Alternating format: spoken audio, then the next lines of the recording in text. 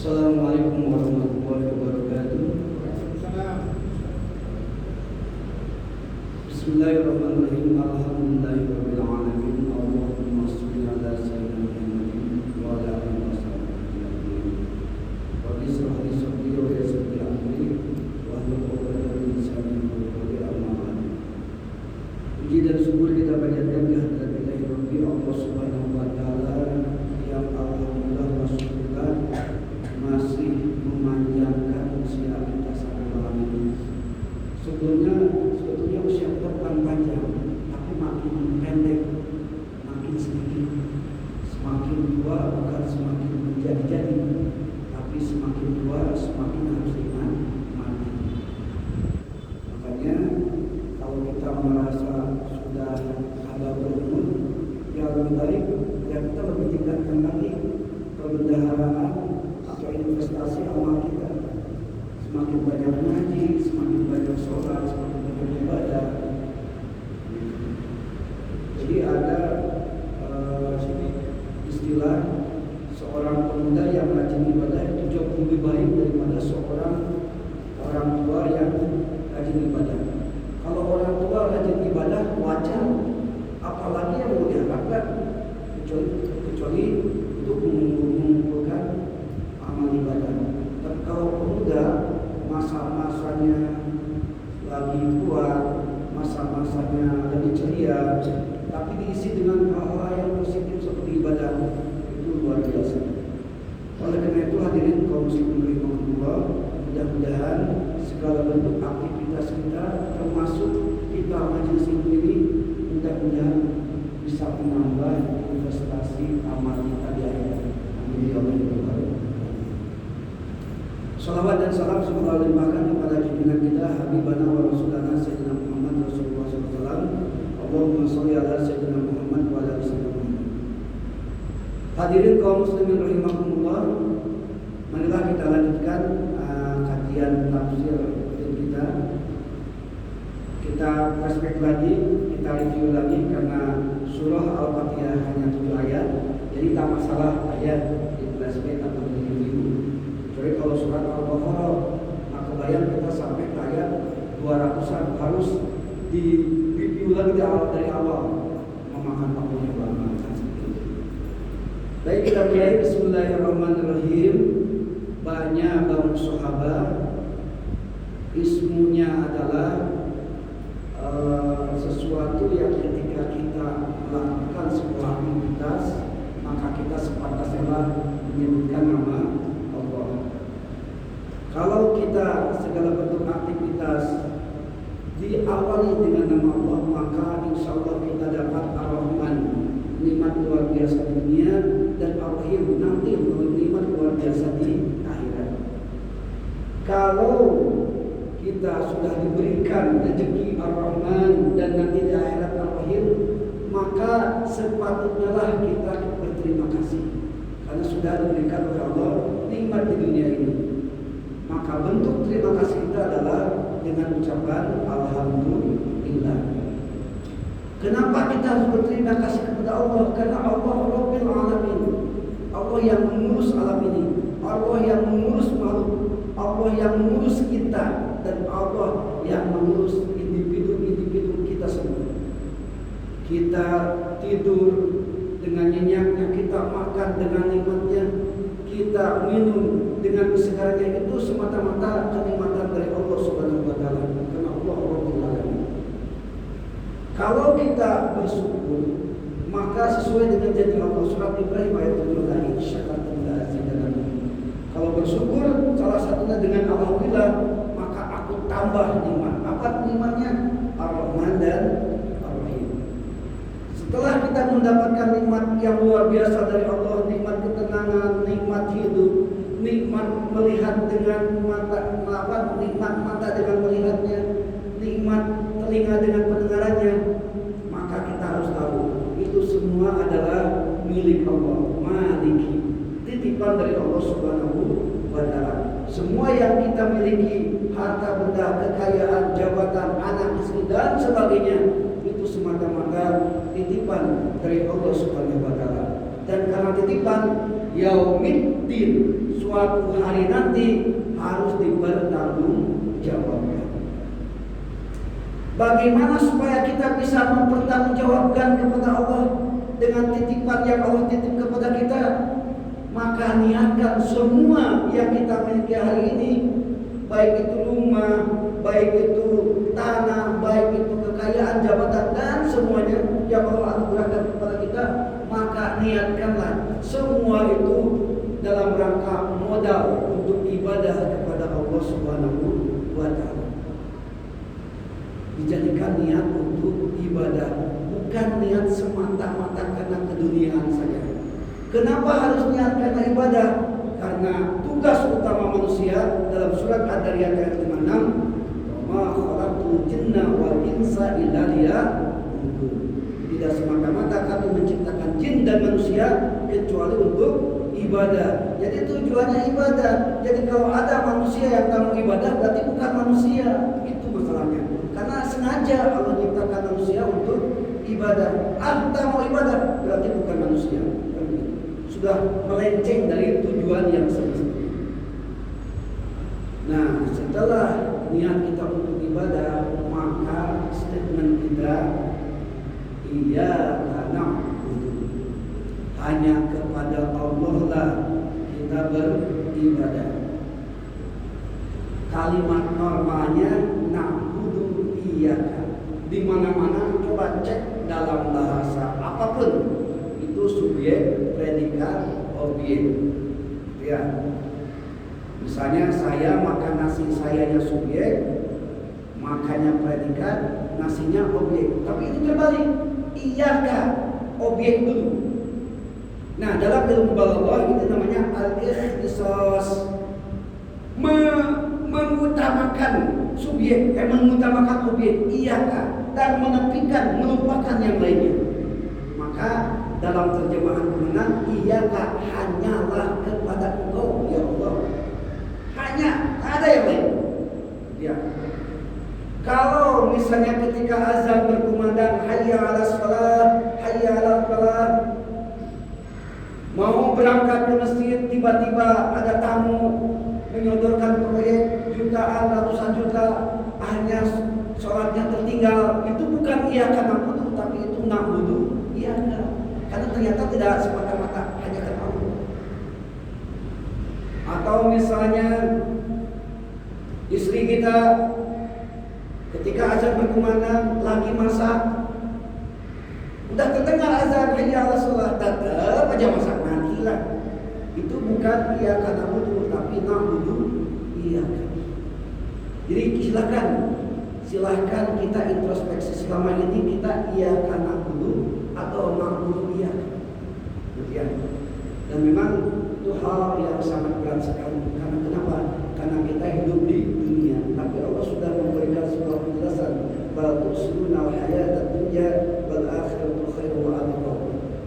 banyak sekali manusia di muka bumi ini lebih mementingkan dunia dan melupakan akhirat. Padahal akhirat lebih dekat. Nah kemarin kalau masalah sampai ke iya karena ya. Selanjutnya wa iyyaka nasta'in. Di samping ibadah itu semata-mata hanya pokoknya hanya karena Allah, maka kita pun memohon pertolongan juga hanya kepada Allah Subhanahu wa taala. Nasta'in, kalau kita lihat dalam salah satu ayat Al-Quran, wasta'inu bis-sabri was-shalah, minta pertolonganlah dengan kesabaran dan sholat. Maka manfaatkan ketika sholat, ketika ada kalimat nasta'in, ungkapkan apa yang ingin kita minta sama Allah Subhanahu wa taala. Seperti yang kemarin saya sampaikan dalam saya tanya dulu dalam hadis Bukhari Muslim itu dijelaskan dalam Muslim halaman 101 102 juz 4 itu dijelaskan bahwa ketika kita mengucapkan iya karena wa iya karena nasta'in, maka berfirman Allah, hada baini wa baina abdi wa li abdi ma sa'ala. Ini adalah perjanjian antara aku dan hambaku, begitu. Perjanjian antara aku dan hambaku. Maka hambaku meminta apa saja akan aku kabulkan. Dengan catatan harus iya karena na'budu. Jangan na'budu iyyaka mau dikabulkan bagaimana? Jadi kita bisa membedakan ya Pak ya, iya karena na'budu dengan na'budu iyyaka. Kalau iya karena na'budu, insya Allah nasta'innya akan dikabulkan. Tapi kalau na'budu iyyaka, ini wallahu a'lam, bukan sebuah jaminan. Yang jelas Allah sudah menjamin kalau iya karena na'budu, ketika kita harus menghadap Allah, tak ada alang rintangan dan segala macam ya, lalu kecuali darurat ya, beda lagi. Seorang dokter lagi operasi, terus berkumandanglah adzan, sekonyong-konyong ditinggalkanlah pasien, itu jelas mengakibatkan kerusakan, mengakibatkan kemudaratan. Ad-dararun la darar. Kalau madarat itu tak jadi masalah. Seperti halnya kita di hutan, kita kelaparan, tak ada apapun yang bisa dimakan kecuali misalnya babi, ya udah makan itu aja. Itu darurat namanya. Jadi jangan mentang-mentang iya karena na'budu. Ini lihat profesi ya, lihat profesi. Kalau misalnya darurat, lihat orang tenggelam, kita bisa renang, kita bisa bantu, terus ada hayya 'alas shalah, kita cepat-cepat terusin kan iya karena na'budu. Nah itu nggak bisa. Karena di depan kita ada orang yang wajib ditolong. Jadi jangan ditelan mentah-mentah gitu ya. Kan ada pengecualian. Gitu ya. Karena hal-hal yang kayak darurat itu jarang. Sekali-kali, tidak tiap kali. Itu maksudnya. Baik. Selanjutnya, kenapa kita harus nasta'in? Kenapa kita harus minta tolong sama Allah? Dalam surat Al-Baqarah ayat 155 dijelaskan, wala nabluwannakum bisayyin, dan aku pasti akan mencoba manusia, akan menguji manusia. Bapak saya mau tanya, pernah diuji sama Allah Subhanahu wa taala? Sering ya, ujian itu macam-macam.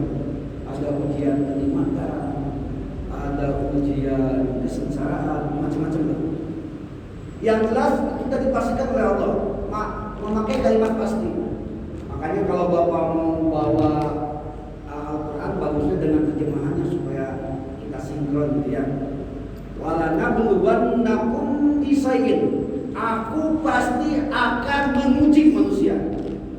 Nah gitu ya. Tapi ingat, Allah menguji bukan bermaksud untuk kita bikin masalah, bukan. Kesannya tega gitu ya. Allah yang menciptakan, Allah yang bikin masalah sama manusia. Tidak. Gini aja logikanya. Kita dulu di sekolah ada yang namanya UTS, ujian tengah semester. Ada yang namanya ujian semester. Ada dulu yang namanya Eptanas. Ada yang namanya ujian akhir nasional. Apa kira-kira tujuannya? Tujuannya adalah supaya naik kelas. Itu diuji. Bapak-bapak kalau mau naik kelas, ya apa boleh buat, harus diuji, kan begitu. Jadi tujuan Allah menguji kita untuk apa? Untuk meningkatkan kualitas. Untuk apa? Untuk supaya kita naik tingkat. Dulu waktu kita bela diri, ketika masih ban putih, ketika mau ke kuning diuji dulu. Kuning ke hijau diuji dulu. Hijau ke merah diuji dulu. Merah ke biru diuji dulu.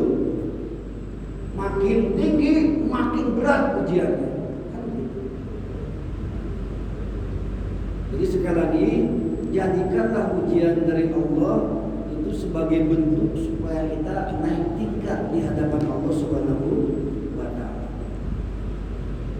Dan Allah menguji pasti sesuai dengan kapasitas manusia. Nggak mungkin Allah bisa menguji kita sesuai dengan kemampuan. Apa dalilnya? La yukallifullahu nafsan illa wus'aha. Tak mungkin Allah menguji seseorang kecuali dengan kemampuannya. Jadi pasti itu Allah menguji kita sesuai dengan kemampuan. Nggak mungkin tidak sesuai dengan kemampuan. Makanya banyak yang tidak lolos dari ujian.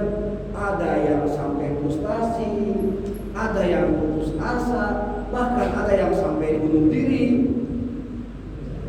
Itu jelas di dunia dan akhirat.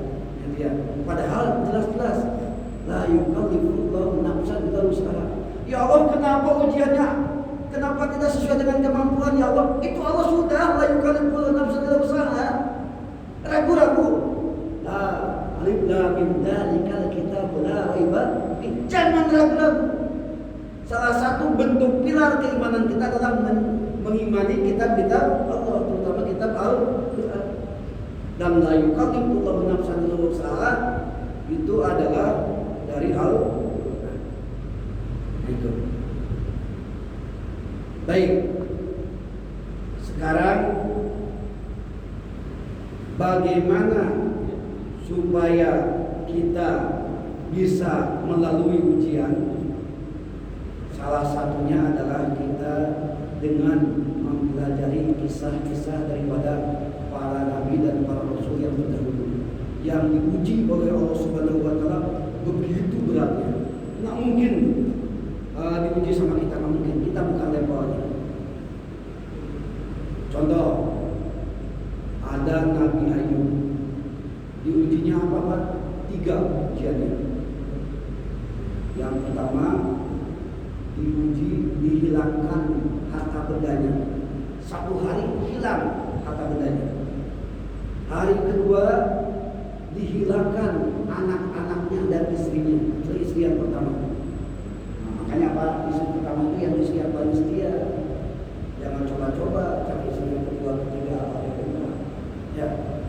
Ternyata dalam kisah Nabi Ayub alaihissalam, istri pertama itu istri yang paling setia. Hari kedua anak-anaknya Nabi Ayub 12 orang itu meninggal serentak. Istri-istrinya minta cerai semua. Dan hari ketiga ujian Nabi Ayub itu apa? Badannya dipenuhi oleh penyakit yang luar biasa. Pernah nggak manusia seperti itu? Kita belum pernah, ya kan? Seumur hidup belum pernah seperti itu kan? Nggak mungkin. Kita bukan levelnya, itu level Nabi. Tapi harus jadi itibar, harus jadi pelajaran. Nabi Ayub itu manusia, walaupun Nabi, kita juga manusia. Memang gitu Nabi dan Rasul, supaya apa? Jadi contoh buat kita, kan begitu. Kalau Allah nyuruh kambing kukuruyuk kayak ayam, Berarti itu yang dulu kurang sinkron. Masa iya kambing disuruh kukuruyuk kayak ayam? Tapi kalau Allah nyuruh nyontoh para nabi dan para rasul, masih nyambung karena nabi dan rasul juga manusia. Logikanya seperti itu. Ada lagi yang diuji Nabi Nuh. Nabi Nuh diuji sama siapa? Sama anaknya. Siapa anaknya? Kanan. Apa ujiannya? Beda akidah. Ada negara di sini yang beda akidah? Saya kita ada. Dan bukan sebatas beda akidah, memang betul-betul pertentangan antara ayah dan anak. Ada lagi Nabi Ibrahim. Apa ujiannya? Ayahnya. Kalau tadi Nabi Nuh anaknya, kalau Nabi Ibrahim adalah ayahnya. Bahkan bukan sebatas ayahnya, masyarakatnya. Ayahnya kafir, azan. Nabi Ibrahim Muslim. Bahkan masyarakat di daerah Nabi Ibrahim sampai apa? Sampai menyerang bersama rajanya sama-sama. Kan begitu. Kita tak pernah. Ayah kita alhamdulillah Muslim. Masyarakat sekitar kita alhamdulillah akrab, ramah, tamah dan sebagainya. Kemudian ada juga yang diuji oleh istrinya. Siapa? Nabi Lut alaihi salam. Ada lagi yang diuji oleh suaminya. Siapa? Siti Aisyah, istrinya Fir'aun. Ada lagi yang diuji dengan saudara-saudaranya. Siapa? Nabi Yusuf alaihi salam. Ada lagi yang diuji dengan kemiskinan. Siapa? Nabi Isa alaihi salam. Dari mulai tahun 0 sampai nanti ujung dunia menjelang kiamat, itu yang paling miskin itu Nabi Isa alaihi salam. Kekayaannya cuma 2, sisir dan cangkir. Sisir buat merapikan rambut, cangkir buat air minum. Kalau pakaian itu memang wajib minum orang. Itu kekayaannya cuma segitu. Semiskin-miskinnya kita masih punya tempat tinggal ya Pak ya, walaupun ngontrak. Semiskin-miskinnya kita masih bisa makan walaupun sederhana. Tapi Nabi Isa alaihi salam itu diuji dengan kemiskinan. Nah, kita pun dapat ujian karena sesuai dengan Al-Baqarah 155. Maka supaya kita tahan uji, kita sering iktibar dengan kisah-kisah para nabi dan para rasul. Salah satunya adalah lihat dalam surat Al-Anbiya ayat 83 dan 84. Ini tentang yang tadi yang pertama saya sampaikan tentang kisah Nabi Ayub alaihi salam. Apa bunyi ayatnya? Wa Ayyuba, dan kami telah mengisahkan Nabi Ayub. Kalau rumus tafsir, kalau ada kalimat yang menginisialkan nama, itu tidak akan dialami oleh manusia yang lain. Begitu. Seperti kisah Siti Maryam. Siti Maryam itu memang dijelaskan dalam Al-Quran, tanpa sentuhan laki-laki bisa hamil, kan gitu, bisa punya anak. Dan nggak akan lagi cerita, nggak akan ada lagi, ada cerita lagi tentang Maryam yang lain, nggak akan. Jadi kalau ada ngaku-ngaku perempuan tanpa suami melahirkan, nah itu bohong, bukan Siti Maryam. Nggak akan ada contoh lagi. Nah, ya, itu maksudnya.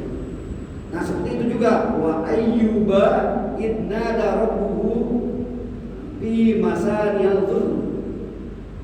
Nah itu ya. Ingatlah kisah Nabi Ayub ketika memohon kepada Tuhannya Allah Subhanahu wa taala. Jadi tadi kami jelaskan Nabi Ayub itu tiga ujian. Hari pertama kekayaannya dimusnahkan. Tapi apa yang terjadi? Nabi Ayub bahkan malah 2 kali lipat ibadahnya. Kalau kita lainnya dikasih ujian jadi malas mesti. Ya, ketika tetangga sebelah bising-bising tentang kita jadi berani. Itu beda itu kita ya. Ya mungkin termasuk saya lah. Gitu. Tapi kalau Nabi Ayub ketika diuji oleh Allah Subhanahu wa taala, dihilangkan harta kekayaannya, 2 kali lipat ibadahnya meningkat. Itu Nabi Ayub alaihi salam. Hari yang kedua, tadi saya sampaikan, dihilangkan anak-anak dan istri-istrinya. Hari yang ketiga ditambah penyakit. Nah ini ayatnya tentang penyakit ini. Wa ayyuba idna daruhu fi masani. Dulu itu penyakit yang memang fatal sekali, payah sekali. Suatu saat selama 7 tahun Nabi Ayub merasakan ujian yang luar biasa dari Allah Subhanahu wa taala. Istrinya berkata, ya sesabar-sabarnya istri kan, tetap aja istri juga manusia. Mungkin bahasa kita, Pak, Bapak udah dicoba oleh Allah, sudah lama Pak, sudah tak ada harta, tak ada anak, bahkan Bapak sampai sakit parah. Cobalah minta sama Allah untuk disembuhkan. Minta disembuhkan saja. Begitu kata istri. Apa jawaban Nabi Ayub? Kita dikasih ujian sama Allah sudah berapa lama? 7 tahun. Di 7 tahun Pak, ujiannya kepada Nabi Ayub itu sakit selama 7 tahun. Saking parah sakitnya sampai dijauhi oleh masyarakat karena takut meninggal. Apa jawaban Nabi Ayub? Saya malu melakukan doanya. Kita hidup sudah berapa lama? Sudah 20 tahun. Kita baru diuji cuma 7 tahun. Nantilah kalau sudah 20 tahun baru kita minta mohon sama Allah Subhanahu wa taala.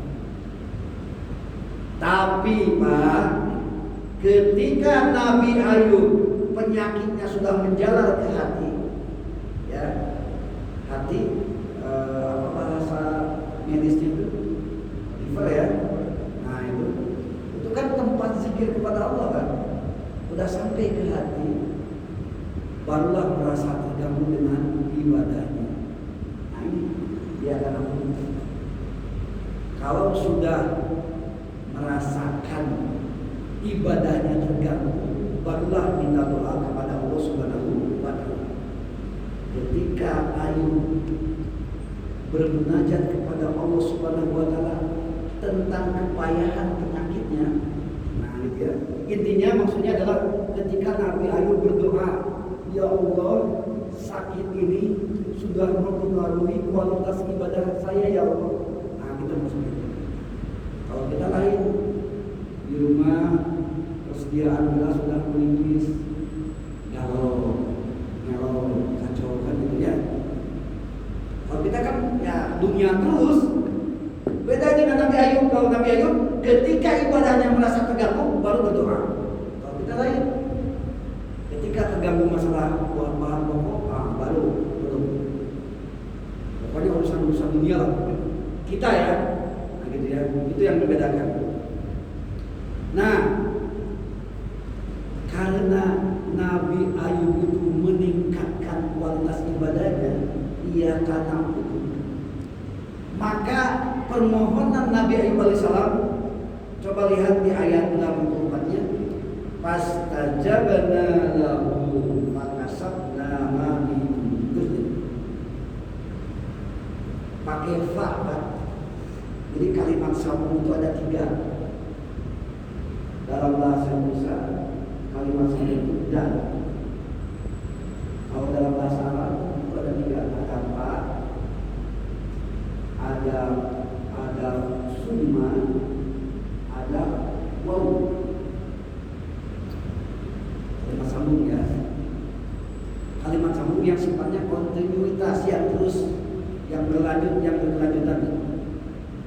Kalau fa itu langsung Allah mengijabah, Allah mengabulkan. Kalau summa itu ada apa? Ada jeda waktu antara 5 menit ke atas. Kalau waw itu agak lama lagi. Nah di sini dalam surat Al-Anbiya 84 Allah memakai kalimat fa. Fastajabna lahu, aku ijabah, aku kabulkan permintaan Nabi Ayub alaihi salam. Ini gara-gara ia karena wudhu. Jadi kalau Bapak banyak kesusahan, banyak masalah, banyak bingung, banyak ketakutan. Ternyata resepnya cuma satu, iya karena butuh gitu aja. Prioritaskan Allah, maka ketika iya karena nasta'in, Allah akan segera mengabulkan doa-doa. Resepnya itu ternyata. Ya kan? Dan ini kenapa saya berkata demikian, bahwa salah satu penghilang kesusahan, rasa takut, rasa kekhawatiran dengan iya karena butuh, dengan sesuai dengan kisahnya Nabi Ayub alaihissalam, bahwa ayat selanjutnya dari Al-Anbiya 80 wazikra bil dan ini peringatan bagi hamba-hamba yang lain, maksudnya kita hamba-hamba Allah Subhanahu wa ta'ala. Cuma masalahnya kita sedangkan introspeksi, kita hamba Allah bukan. Hamba Allah apa hamba dunia? Hamba Allah apa hamba duit? Hamba Allah apa hamba jabatan? Silakan introspeksi gitu aja. Kalau hamba Allah, insya Allah diijabah. Allah akan mengabulkan doanya sesuai dengan janji Allah. Udhuni fastajib, kan begitu. Itu udah janji Allah. Asal iya karena butuh, dan kita sebagai hamba Allah, yang orang iya karena butuh itulah hamba Allah. Nah silakan kita introspeksi, kita hamba Allah atau hamba jabatan, hamba Allah atau hamba dunia. Selagi ketika kita beraktivitas di dunia ini ada panggilan dari Allah, hayya 'alas shalah, kita lanjut aktivitas, tidak mendengarkan, tidak memperhatikan, bahkan mengesampingkan suara adzan, berarti kita na'budu iyyaka, bukan hamba Allah. Mau diijabah doa gimana kalau orang yang kayak demikian? Jadi ya, itu contoh daripada Nabi Ayub alaihissalam. Ada contoh yang lain Pak, satu lagi lah contohnya. Nabi Zakaria itu usianya sudah hampir di atas 100 tahun. Istrinya usia 90 tahun. Dan Nabi Zakaria tidak diberikan keturunan. Nah ini ada juga sebagian problem di antara kita, yang mudah-mudahan bukan yang menjamah mesin ya. Manusia yang lain ada yang sudah lama usia pernikahan tidak dikaruniai anak, iya kan? Nah itu masalah. Nah kita kasih resep nih. Bagaimana supaya pernikahan sudah lama belum mempunyai anak supaya cepat-cepat punya anak. Kita lihat resepnya Nabi Zakaria alaihissalam. Coba lihat dalam surat Ali Imran ayat 38. Pak, kalau kita pikir-pikir usia di atas 100 tahun suaminya, perempuannya 90 tahun, kira-kira berpotensi punya anak nggak? Kira-kira secara medis itu jelas mungkin. Monofos itu bagi perempuan kalau nggak salah 50 ke atas, kalau nggak salah ya. Monofos. Ini 90 loh. 90 itu bukan monofos lagi. Udah mana ya? Ya udah enak lah, udah gak produktif lah, gitu lah pokoknya. Tapi Nabi Zakaria tetap tawakal, tetap ikhtiar dan tetap berdoa. Apa doa Nabi Zakaria? Rabbi habli min ladunka dzurriyyatan thayyibah. Ya Allah, berikanlah aku di sisimu keturunan yang baik. Ya intinya Nabi Zakaria dari mulai pernikahan dengan istrinya tetap berdoa seperti itu, tidak putus-putusnya berdoa, nggak ada bosan-bosannya. Logikanya begini, kita naik sepeda di kayu kan, sepintas kayak bosan kan, kaki kanan ke atas, kaki kiri di bawah, selanjutnya kaki kanan di bawah, kaki kiri di atas, terus saja gitu. Kenapa kita kayu terus? Karena kita punya tujuan, kan gitu. Kalau tujuan berhasil, selesai. Nabi Zakaria pun demikian. Salah satu tujuan pernikahan adalah mengembangkan keturunan, kan gitu. Ya jelas keturunannya anak-anak yang soleh dan soleha. Terus Nabi Zakaria berdoa, Rabbi habli, kan begitu. Dan ketika istrinya usia 90 tahun, karena Nabi Zakaria walaupun diuji oleh Allah ketika lama pernikahannya tidak dikaruniai anak, tapi tetap terus berdoa, maka jawaban Allah langsung. Ternyata istrinya Nabi Zakaria itu hamil seketika, dan Nabi Zakaria mempunyai anak yang bernama Nabi Yahya alaihi salam. Jadi bagi mereka keluarga yang sudah lama berkeluarga tidak ada keturunan, yang penting kesannya satu, iya karena makanya tadi saya di awal wasta'inu bis-sabri was sholat. Kalau kita punya keperluan, punya keinginan, punya permohonan kepada Allah ketika sholat di dua tempat ya Pak ya. Yang pertama ketika baca iyyaka na'budu wa iyyaka nasta'in, langsung di hati. Ya Allah, nah silakan sebutkan permohonan. Dan yang kedua ketika sujud terakhir sebelum tahiyat akhir. Boleh, silakan sujudnya agak lama. Dan jemaah nggak usah protes sebetulnya ya. Kalau misalnya imam agak lama, ya walaupun tetap imam juga saling memahami kondisi makmum, kan begitu. Karena kata Nabi, idza ama ahadukum nas fala yakhfif. Kalau jadi imam, kalau bisa ringankanlah bacaannya, kecuali momen-momen tertentu, misalnya hari Jumat, itu kan lebih berkah, kan gitu ya. Jadi gitu Pak, ada dua tempat yang diijabah oleh Allah Subhanahu wa Ta'ala. Kita nggak kebayang kalau Al-Fatihah ini kita khusus-khususnya Pak. Bayangkan ayat pertama Bismillahirrahmanirrahim, kita kemarin tadi sampai 1 jam kan. Alhamdulillah 1 jam. Malik Yaumiddin 2 kali pertemuan. Iya kan membayangkan sekali 2 pertemuan. Kalau kita khusyuk, kita hayati memang bisa lama sholat kita. Tapi tidak berlaku di sholat berjamaah ya. Karena sholat berjamaah memang tidak boleh lama. Kenapa? Karena kapasitas kemampuan makmum beda-beda. Ada yang masih muda, ada yang sudah tua, ada yang nggak kuat berdiri, ada yang nggak kuat sujud damai dan macam-macam kan begitu. Memang ini harus apa? Harus sesuai dengan imam, memang harus mengkondisikan. Tapi kalau sholat sendiri Pak, misalnya contoh wabina lain fatahajat bina filatan laka asa'ayat asa'ar mutamakum mahmudah. Sholat tahajud silahkan sehusu-husunya, selama-lamanya. Itu yang dilakukan oleh Rasulullah SAW. Sampai apa? Saking lamanya sholat, lamanya sujud, lamanya berdiri sampai bengkak-bengkak kakinya. Jadi Nabi Rasul bengkak kaki gara-gara ibadah. Beda dengan kita bengkak kaki gara-gara main bola. Itu yang berbeda. Ya, nggak komen lagi saya. Masa takut lagi. Baik. Nah, jadi kesimpulannya, 4 menit ini kesimpulannya, ketika kita berdoa harus ada unsur ibadah gitu.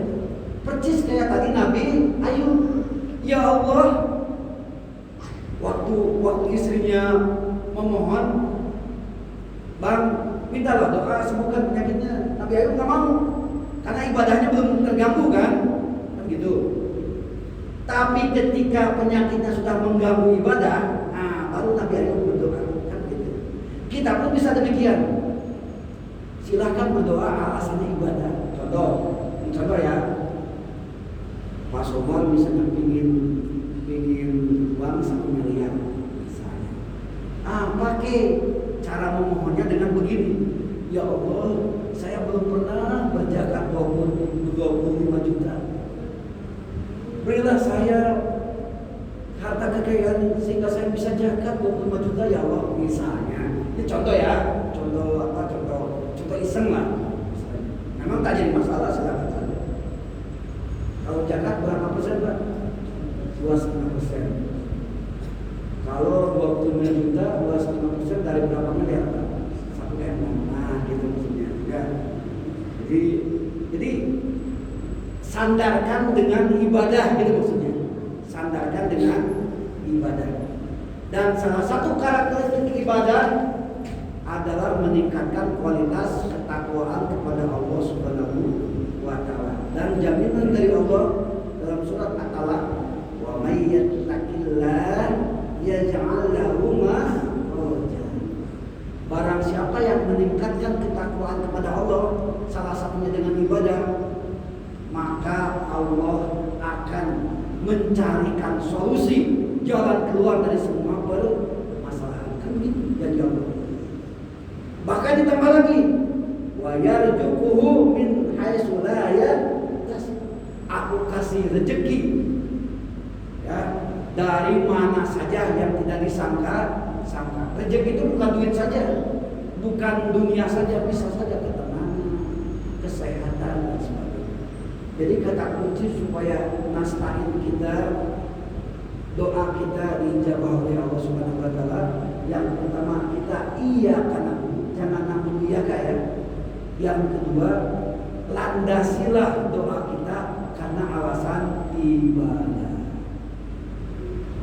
Hadirin kaum muslimin rahimahullah, bagaimana kalau doanya terlalu banyak? Ini mau kaya, mau sehat, mau jabatan tinggi, mau dan segala macam mau. Kalau semuanya mau, ya sudah, pakai doa yang umum, semuanya bakal dapat. Apa doanya? Ihdinas siratal mustaqim. Nah, gitu ya. Sekali lagi, kalau hadirin doanya banyak, kemauannya banyak, maka Allah telah memberikan sebuah kalimat selanjutnya. Silakan berdoa, ihdinas siratal mustaqim. Apa ihdinas siratal mustaqim? Insyaallah minggu depan kita bahas ayat yang selanjutnya adalah ihdinas siratal mustaqim. Karena sudah ada sinyal, sudah ada tanda masuk sholat, mungkin untuk sementara saya cukupkan demikian. Tapi walaupun demikian, saya menghormati barangkali ada sebuah pertanyaan, satu saja. Dipersilakan hadirin.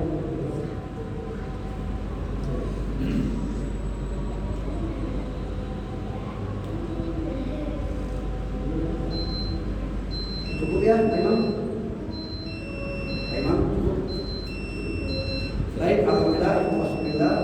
Mudah-mudahan apa yang kita kaji malam ini tentang iya karena wa iya karena nasta'in, mudah-mudahan menjadi, pertama tadi kita sebutkan, mudah-mudahan menjadi penambahan investasi amal kita, dan insya Allah akan dinikmati oleh kita nanti di hari pembalasan di hari kiamat. Amin ya Allah ya Rabbal alamin.